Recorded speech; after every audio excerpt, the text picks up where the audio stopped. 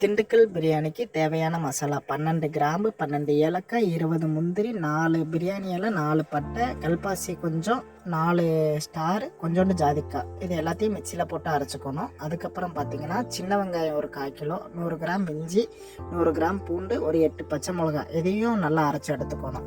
இப்போ நம்ம பிரியாணி செய்ய ஸ்டார்ட் பண்ணலாம்.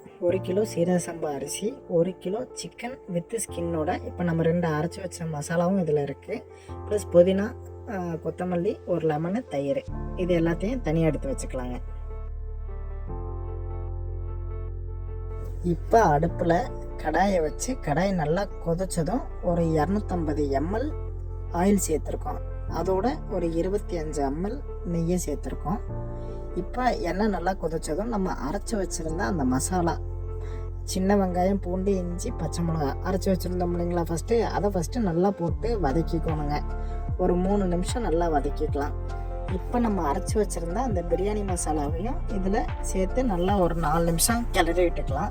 இப்போ பிரியாணி மசாலா போட்டனால அடி பிடிக்குங்க. ஸோ அதனால் ஒரு கிளாஸ் தண்ணி, இப்போ தண்ணி வந்து பார்த்திங்கன்னா நான் 1 படி சீரக சம்பா அரிசிக்கு 1.25 படி தண்ணி எடுத்துக்குவேன்.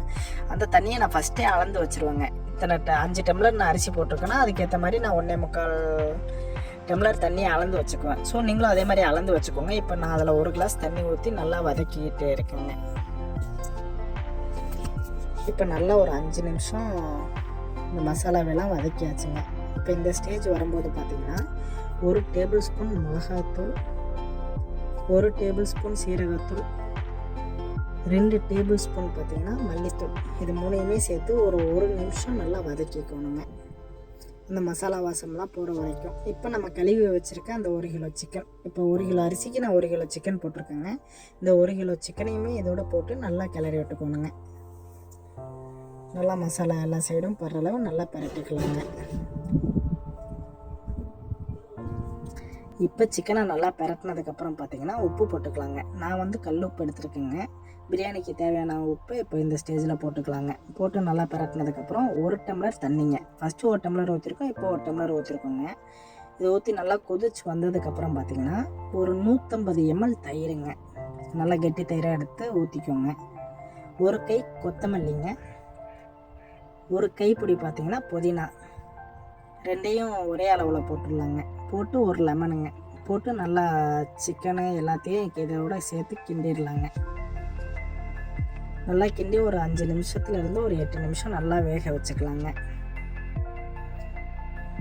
நல்லா பார்த்திங்கன்னா கிரேவி மாதிரி வந்துடுங்க. இப்போ இந்த ஸ்டேஜில் பார்த்திங்கன்னா பேலன்ஸ் 6.25 டம்ளர் எனக்கு தண்ணி இருக்குங்க. நான் எடுத்து வச்சதில் ஃபஸ்ட்டே அரிசிக்கு எடுத்து வச்சுட்டேங்க. அந்த தண்ணியை இதோட சேர்த்துக்கலாங்க.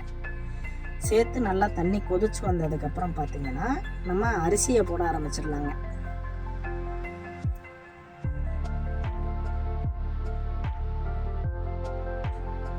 இப்போ நல்லா கொதிச்சு வந்துருச்சுங்களா. இந்த ஸ்டேஜில் பார்த்திங்கன்னா நான் 1 கிலோ சீரக சம்பா அரிசியை இதோடு சேர்த்துருக்கேங்க. இப்போ அரிசியை ஒரே மாதிரி சமப்படுத்திடலாங்க. சமப்படுத்தி ஒரு மூடியை போட்டு ஒரு 10 நிமிஷம் வேக வைக்கலாங்க. இப்போ 10 நிமிஷம் கழித்து பார்த்திங்கன்னா சட்டி இறக்கி வச்சு நான் தம் போட ஆரம்பிச்சிட்டேங்க. தம் பார்த்திங்கன்னா நான் ஒரு 1/2 மணி நேரம் போட்டிருக்கேங்க. நான் அடுப்பு கறியில் போட்டிருக்கேங்க. நீங்கள் வீட்டில் இருந்துச்சுன்னா தோசைக்கல்லில் போட்டாலும் பிரச்சனை இல்லைங்க. இப்போ பிரியாணி பார்த்திங்களா நல்லா கலர்ஃபுல்லாக வந்திருக்குங்களா. அப்படியே இப்போ நம்ம உடைக்கிறதுக்கு முன்னாடி பார்த்திங்கன்னா நெய் ஒரு 20 mlலேருந்து 25 ml மேலே ஊற்றிட்டுங்க. கொத்தமல்லி கொஞ்சம் மேலே தூவிட்டு அப்படியே நம்ம தம்மை உடைச்சி சர்வ் பண்ண ஆரம்பிச்சிடலாங்க. கண்டிப்பாக இதை எல்லோரும் ட்ரை பண்ணி பாருங்கள். டேஸ்ட்டு அவ்வளோ அருமையாக இருக்குங்க. வீடியோ பிடிச்சிருந்துச்சுன்னா லைக் பண்ணுங்கள்.